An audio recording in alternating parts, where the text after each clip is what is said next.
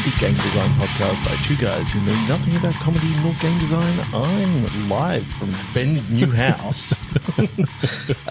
We're doing an in-person from Ben's new house. Yeah, I'm Trevor Scott, and this is Ben's new house, and you can probably hear some pretty horrible, like, echoey shit. Yeah, we're in my rather bare office. Computer's sitting in the corner, not set up, because we literally got all our furniture in here yesterday, and I don't have a desk yet. Yeah, so this is an experience, but we're going to do a podcast anyway because we can, especially because Ben doesn't have internet right now. That's correct. You might even hear the NBN modem ticking in the background as it tries to fire up the fucking node. Yeah, thanks for that, NBN. But you know what? It doesn't stop us from having fun and having a good old chat. So we're going to play a little bit of Ramped Up Click Pitch, which is a game where we each have a random word generator. No Discord bot because Trevor forgot to turn it on before. He left the house before. But good job, Trevor. Yep, that's okay. We're recording and everything's going well there. That's good. That's words of assurance to himself as he looks at the recording device. Looks at the recording device. So we have a random word generator in front of us, a adjective and a noun on very average complexity. And then on the count of 3, 2, 1, click. We're going to each get a word and throw it at each other and do the stuff. Do the thing. Make a game. We're going to make video games. Well, we're going to talk about what a video game could be. We're not going to literally make it. Yeah. A video game could be a digital. Now explain digital to me, Trevor. I'm not sure about ones this and word. Zeros. Okay, so it's a game all made of ones and zeros. All right, tell me your phrase. My phrase is wounded yen. Yen. Okay. Mine is pastiest islander. So when I saw my phrase, I went to some sort of person stuck on an island who really cannot handle the sun. Yes, so I'm picturing desert island. Yeah, well, are you picturing the classic, like, cartoon desert island with the single palm tree, or are you thinking, like, Lost Desert Island? Lost deserted island. Yeah. Like, a little bit lush. Potentially things on there. Maybe one of your characters is wounded, and you find yen, which I believe is Japanese currency. So you know that at some stage the Japanese were here. Okay. That's an interesting little hook. Yeah, okay. So you find yourself on in the middle of the Pacific. Island. In the middle of the Pacific, because of that. That works well with Hawaii and all that sort of stuff. Yeah. Okay. So I think having the sun play a part then, whether it's that the creatures on this island come out in the sun or afraid, well, I think come out in the sun then, because if we're going with pastiest, I guess who's pasty in this situation because they don't get any sunlight? Well, it also goes well with the fact that, you know, quite often the Japanese are their flag is known, I think, as the rising sun. The and rising all the sun. Which works well with what we're actually talking about. That could be here. cool. We could like make up, and not to hopefully offend any actual like people with the Japanese history, but like make up some faux Japanese mythology, perhaps, of the sun and certain creatures that, you know, mythological creatures. Well, I'm thinking that the reason why what's happening on this island is basically there were some Japanese pilots who crashed on the island. Yep. And they've bunkered themselves down for years, you know, just so happens that there happen to be quite a few of them, all that sort of stuff, but they don't want to go at it because they know what's actually out there on this island. And it's one of those things of, oh, you've been out in the sun. You've been out on the beach. You've been out, yeah. And then it's that whole idea of, one of your characters is the train. I think so. We never window open because it's a bit warm up here, but maybe we're not going to be able to do that when recording in future. It's fun. Yeah. Oh well. We do have the train station within view. Yeah, within view, but it's still still pretty far away. It's almost a kilometre away. Yeah, so I think one of your characters is wounded, and therefore they're looking for supplies. They come across this bunker, sort of thing, and they find yen. They find like an old Japanese flag. They find maybe a wing of the plane. Yeah, I think definitely that classic kind of finding the previous survivors and whether there's anyone still there or not. Maybe there's like one person who survived this time, but you don't see them right away. You see just the remains of where they were living. And his name is Herman Toothrot. And of course, we've snuck in another sequel here. It's actually a Monkey Island game. But it just turns out that he came through a rift.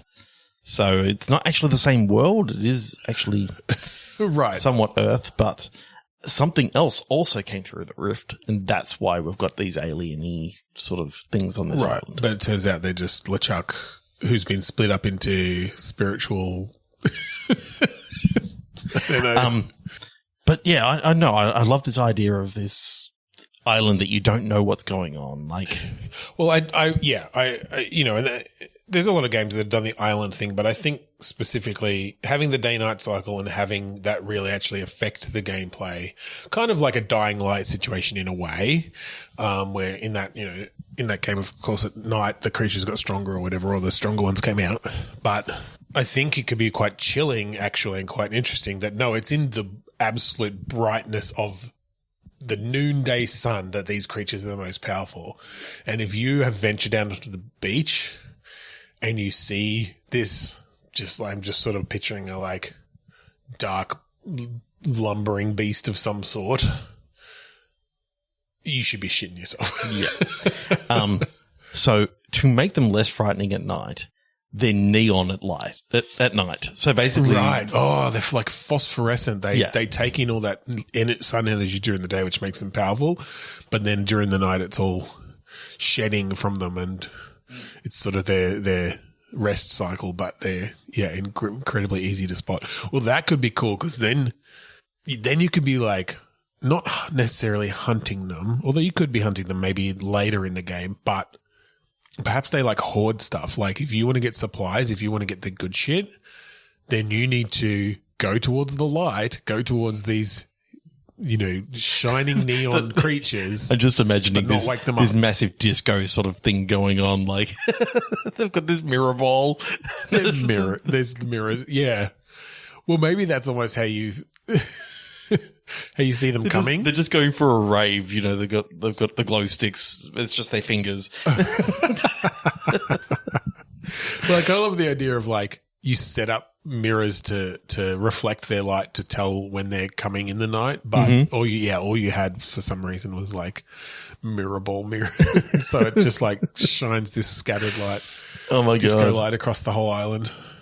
There's just something about like as your plane is crashing at the start, because I think you're coming down from a plane crash, just a light aircraft. Maybe do a bit of the forest kind of deal. Sort of has that vibe. But I think a little bit more scripted from the point of view of there are set pieces that are going to happen throughout different days and all that sort of stuff. Like I don't think you need to have a day-night cycle that no matter what, it's always going to get to night at 20 minutes after this happens and all this sort of stuff. I think you can actually have it a little bit scripted it's so that more you can narrative than just system based. So at the start, you're kind of being led down a path, but then it opens up a little bit more that you get to an area and you can actually explore over here. Maybe it can be a bit more about you can visit different areas of the island or something, and it's the travel time that like actually makes time pass. Very much like Deathloop. Yes. How when you travel to a different area. When you're in a place, essentially time isn't passing. So it's more about how you strategize getting around the island. Yeah. And then where to spend your day. You can spend a little bit more time going, okay, I'm gonna it's late at night. I'm now going to search the bunker. I know that I can tell the second that one of these neon creatures are coming up. You know, it's not during the blistering sun when they're at their strongest. Yeah, well, look, I mean, Deathloop's probably actually a good, good to steal those sort of mechanics from.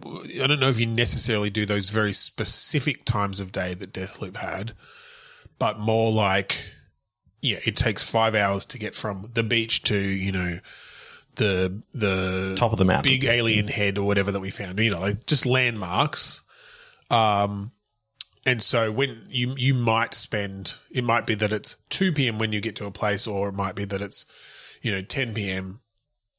and then you essentially do a run as such, or you can do as much as you want at 10 p.m. in that area. Yeah.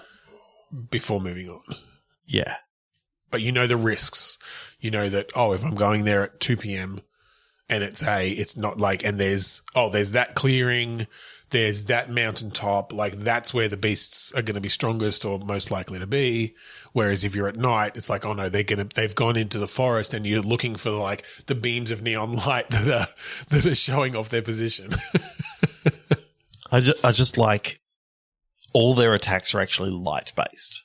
Oh, okay, yeah. So that, you know, during the day, the bright, blinding white lights basically is how they just literally flashbang you. They kind of like focus it on you or something. They flashbang you because they can just literally reflect that white sunlight. Whereas in the moon, all they've got is like their phosphorescence, so that it's nowhere near as strong. So the idea is that they're always the same strength level, but it's just whether like you can't be looking at them because they're just literally shining these bright light directly into your eyes, and therefore you. That's interesting. A creature that at certain times is not even intended for you to be able to fight it, because literally getting it on your screen just like whites out the screen. You've just got this super blown out light source. That would be interesting from a horror point of view, almost, of you don't know exactly where it is. You just know that you saw one.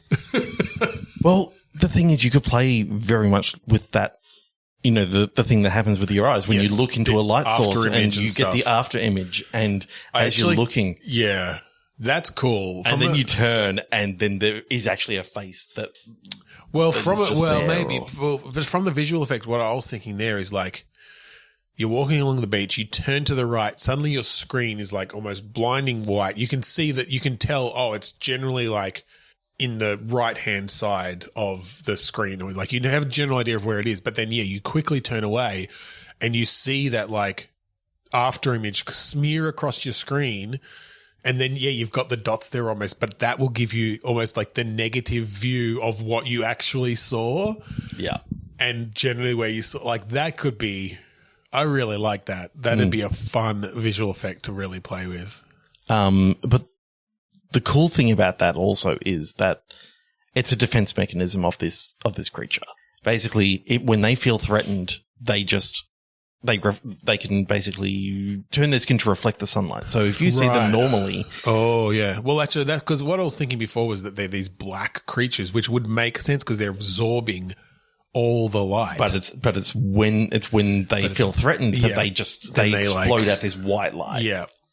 That's cool, actually, because then you could have like you're sneaking up on them, and the only way you know that they saw you is that suddenly you're blind. And you're fucked. Well, and again, just that after image thing, I love that idea of you're suddenly blind, so you're like, oh shit, it saw me. You turn away and you're running through the bushes, but your vision is obscured by the after image of this creature, and the after image is of it bounding towards you, like about to. You know it's right behind you because you've got these claws that are just always slowly fading out of your vision. But that's my god. Yeah, okay. There's the key thing we got out of this whole idea. The whole thing is cool, but like I want to see that. That's an innovation if you could get that working well. The final showdown happens in sunlight. Ooh, yeah. But you've now got sunglasses. You've got sunnies on. Yeah!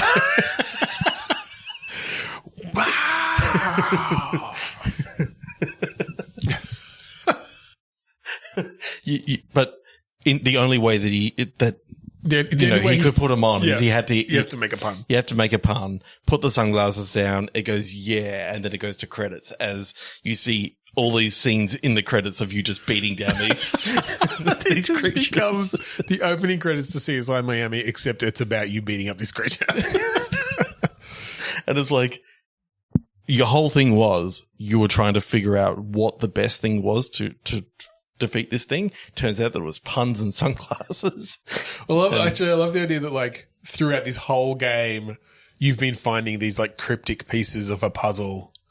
Of like what you think is like a poem or a whatever, and you finally piece it all together, and it's just like an epic pun, and that's what you have to say. And it's not even that you find the sunglasses; it's that you finally find this thing, speak the pun, and the sunglasses appear in your hand. They drop from the sky, drop from the sky like the meme. Yeah. Oh my God. Right. That is the perfect ending to that. Tubular endemic. Overland inscription. Inscription spelt the right way this time? Not like the game. God damn, that's a good game. I never finished it. I need to go back and play it. Yeah, I only got up to the RPG part. Spoilers. Yeah, the RPG part. Which I was like, wow. Like, I love how I knew Daniel Mullins something was coming, because of him. And I was just impressed that there's so much game there before you even get to the rest of the game. Like, but there's more game after that. And then there's more, yeah. Anyway. And he's making something else at the moment, which is, good. Again, like... I'm excited. I mean, the Hex was fucking fantastic. Pony Island. And then Inscription. The Steam stuff in Pony Island. It was amazing. That freaked the fuck out of me. It's like all of a sudden I get Ben saying, "What did you do that for?" What did you say to me? All right. Anyway, so you had tubular endemic, and I had overland inscription. Okay, so the first amusing thing that came to mind between overland and tubular was some sort of water slide based transport system. Yeah. As soon as you said overland, I'm like, fuck yeah. Like the way that this whole society works is not those typical pipes. It's just water slides. It's just water slides. Yeah. And if you need to go uphill, there's just more water pushing you up. Just the pressure of the water coming behind you just like slides you up. Yes, definitely. I mean, how cool would that be? Like,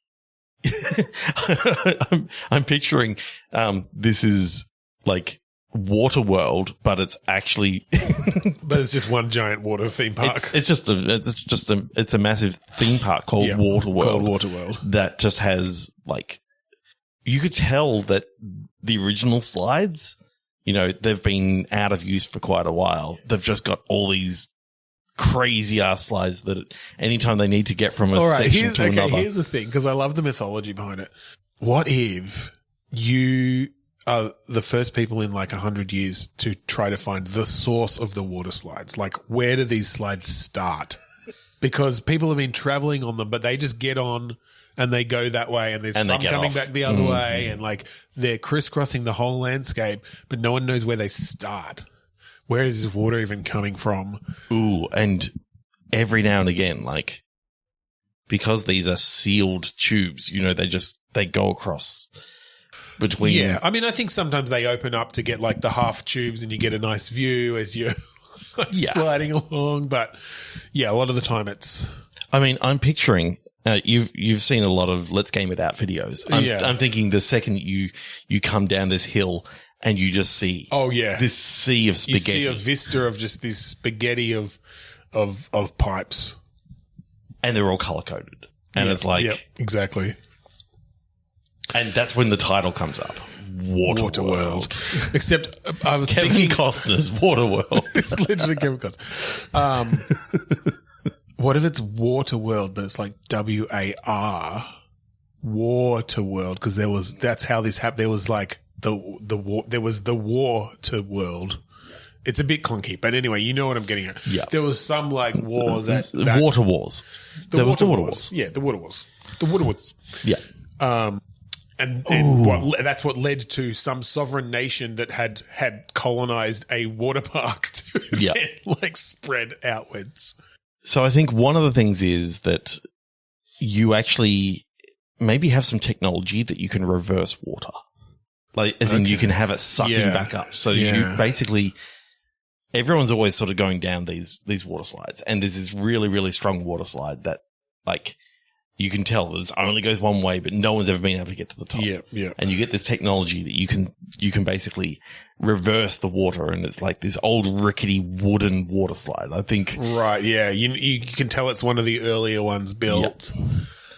And there's just something about it going into a mine. Oh, yeah. Okay. Like water mines. Yeah. The water mines. Okay. Yeah. Because I'm picturing almost a Temple of Doom sort of big water rushing. Yeah. Instead of mine carts, it's water slides. Yeah, it's water slides. Yeah. Well, and I love that because I think, the ones that you've been using or that everyone's using, they're fairly modern. You've got like nice inner tubes that you can. They're all fiberglass. They're all nice fiberglass. But yeah, you get further up and it's like, oh, now it's like rickety log plume kind of things. These ones here are metal, so that like in the boiling hot sun, they're gonna sear your flesh. Yep. So you need the ice blocks, right? So when you get the ice blocks, then you can cool down the whole thing. And the idea is that you actually need to get the ice cold water going down, and that'll cool everything down. But you got to be very careful because it'll still heat up enough to steam. Yeah. Oh yeah. Well, I kind of like this idea that to get further and further towards the source, you just have to keep sort of finding ways to subvert the technology, the older technology or the different technologies. So it is, we can't go further up with the metal one because it's super sunny up there and they're just like searing hot. So we have to find a way to get past, or it's... Oh, you look up and you see, that's what's causing it. That huge magnifying glass that's just like beaming down on, and it's basically the people who started this whole thing. They didn't want people to get to the source. Yeah. And I think what it could actually be is, and I know that this is probably going a little bit too far, but like the fountain of youth sort of idea of, it's the youth springs or, the ever springs sort of thing. And that's why everything's water based. That's why that's the way the source is. And there are elements of the fountain of youth water that is going through every water slide. It's just diluted the further you get from the source, that it doesn't actually have much effect on most people. Until you get the homeopathic tribes. And for them, it's just like super powerful because there's nothing left. But they're always getting sick because there's always just a tiny bit of poo. Yeah, exactly. It's super concentrated now. The poo, well, yeah, because it's all been diluted out, so it must have more effect. Yep. That's the way it works. One thing I was thinking is like once you get a certain level up, you come across like this old man manning like the tuck shop. Like you smell like hot chips. Oh my God. And like melting ice cream or whatever. Or oh my God, it's a Mr. Whippy. It's Mr. Whippy. We've heard the legends. You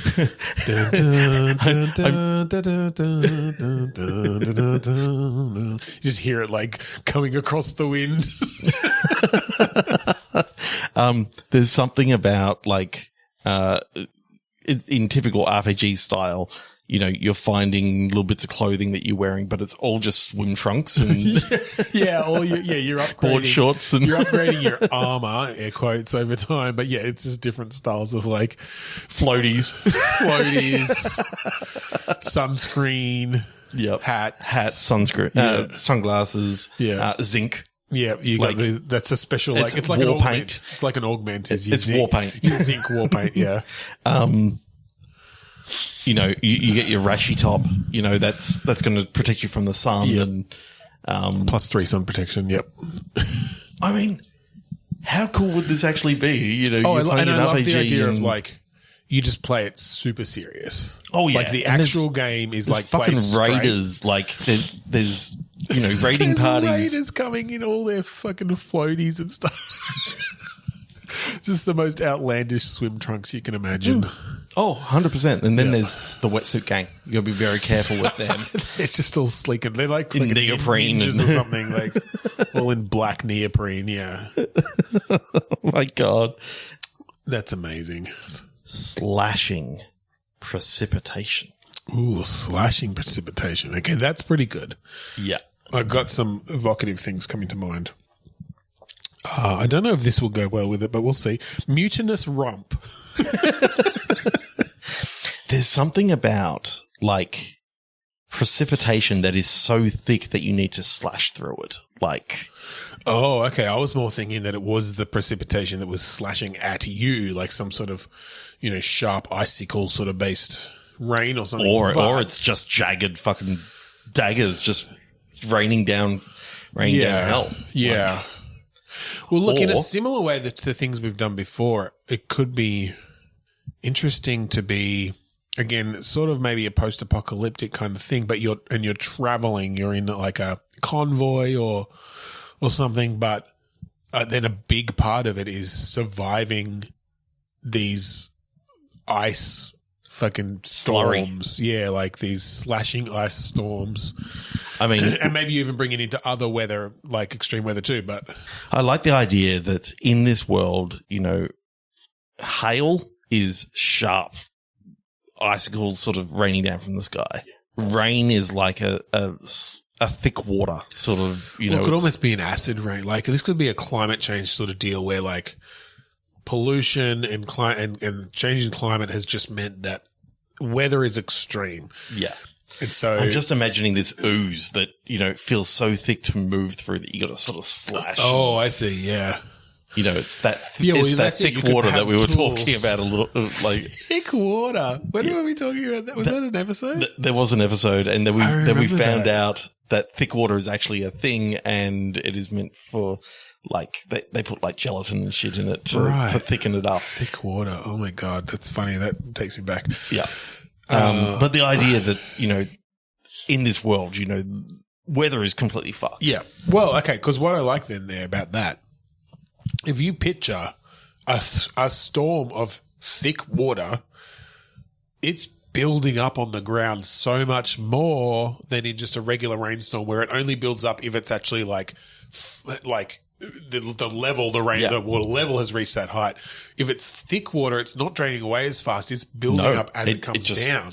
It builds up and builds up and, And builds so up. you're And always therefore, having to like have like bulldozer things or like things that are like Cow cutting catchers. through Yeah.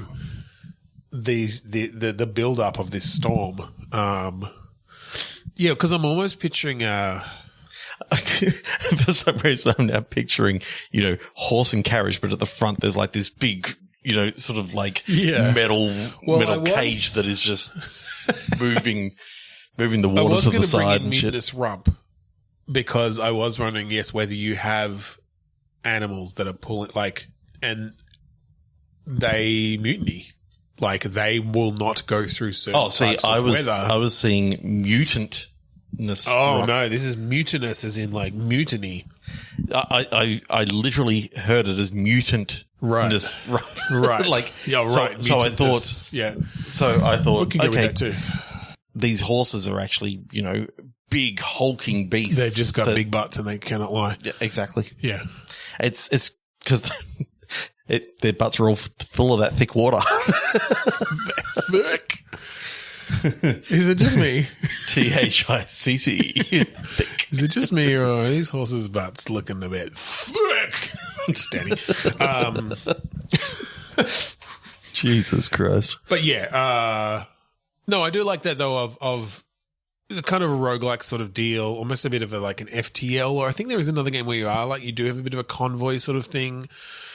But it is about, you know, you maybe, or almost like almost an Oregon Trail kind of thing where like you're bringing on people and they, something might happen to them or whatever, but you kind of get attached to you different, you've got maybe like 6 to 7 max, 6 to 8 max people, one's driving the horse and carriage, one's like scooping up the water if you don't have a thing on the front yet or whatever. You've got a scientist who's like researching and figuring out, researching and seeing, can we actually use these icicles to right? Yeah, as a weapon, or because to weaponize and stuff, and and then you're traveling across, dealing with this extreme weather, and essentially kitting out your convoy of carriages and cobbled together things.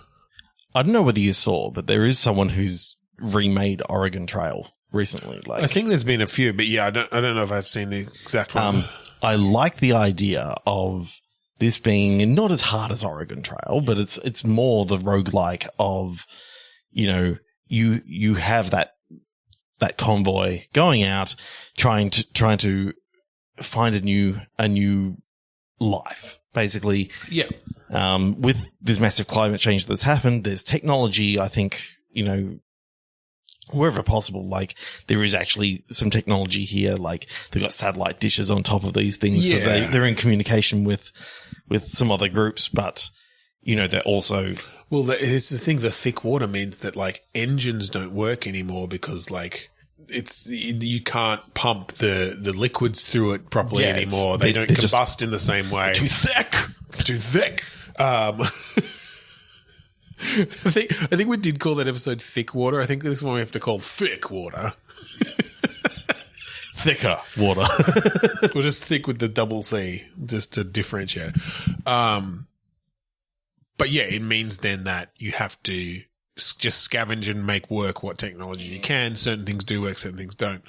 In this, sort of post-apocalyptic or... And I think I was playing a little while ago Void Bastards, and I think the idea of coming across like different towns and that sort of stuff and having to go for a raid and try and... Yeah, I like that. There's been a few games. There's one called Death Road to Canada, which had a similar vibe where you'd go into zombie-filled towns to... You could maybe find a person that you save, or you just get resources or whatever, and you might not make it out alive. And it's really that risk reward, like how long do I stay here to, so that sort of similar thing, I think. And the actual gameplay at each point could be whatever. It could be FPS, it could be top down, it could be turn based, it could be, you could do a lot of different things there.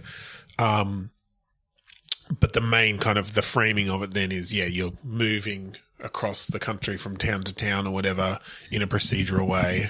I just like the idea of seeing this massive convoy of like 7, thick horses at the front and just this cobbled together, like, convoy all going forward, all... Yeah, well, I love that. And that's it. Like, you might find, you found another horse or whatever, right? It was injured, but you've got a doctor on your team, so you're able to bring it back. And now you can pull yours and you can go further if you've just got one carriage, or if you've got, the parts, you can build a second carriage, and that means you can like support more people in your convoy or whatever, like building up like that. Yeah, there's some really cool stuff. And just how many different ideas that you can go with the weather events and, set pieces that happen every now and again of, you've just been raided, or you got to stop down here for the night because the Ooze River is too overflowing, like, or it's not overflowing enough so you can't cross it, because like if you go across fast enough you can run across the thick water. Exactly. Like you could play around with these things a little bit more, and coming across like a sort of a ruined suburban neighborhood and just being able to sort of sneak in, scavenge, and find some tech, and maybe find a person who's been camping out or whatever, and you convince them to come along. And then all of a sudden, you come across, maybe some more mutants that, that have been drinking this thick water and not doing the purification. They've just got these juicy butts. Exactly. It's all thick. No, Today's episode brought to you by the word thick. Brought to you by the letters T and H. C and HIC in between. I think we've come up with some good stuff tonight. I think there's a couple there that I would actually like to play. Like to play or like to try to build or there's some cool shit. Yeah. It's fun. Well, that does bring us to the end of this episode. It does. I don't really want to finish, but we are having fun. Look, we may very well have to do another one of these next week because I may not have internet on time, depending on how the NBN technician goes. We'll have to try and find out which day we can actually do that. We'll figure it out. But hey, I now live like 2 minutes drive from you, so exactly. It was fun out. to come on down and see your amazing new house, and thank you for having me in your house with my portable equipment. Thank you for having the gear. Cool. So that's it. If you want to find us online and find the rest of our episodes, go to podchaser.com/bitstorm. Everything's there. Check it all out. Okay, and if you like the song that we play at the start and end of each episode, that song is Mount Defiance of the album Containment Failure. Find it on corridors.bandcamp.com. That's right. So thank you again for joining us this week on Bitstorm. I'm Ben Slinger. I'm Trevor Scott, and we're both looking pretty thick.